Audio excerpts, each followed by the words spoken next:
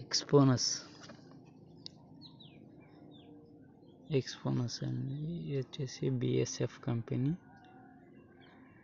Net quality వచ్చేసి 34 ml ఎకరాకి dose వచ్చేసి.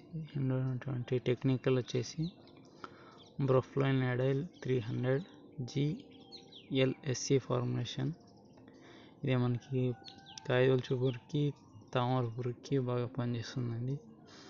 దీంతోపాటు ఎయిరిస్ కంపెనీ అగ్రిప్రో మైక్రో న్యూట్రియంట్స్, అదేవిధంగా కోరమాండ వాళ్ళది గ్రోమర్ స్పాంట్ 28 అండి.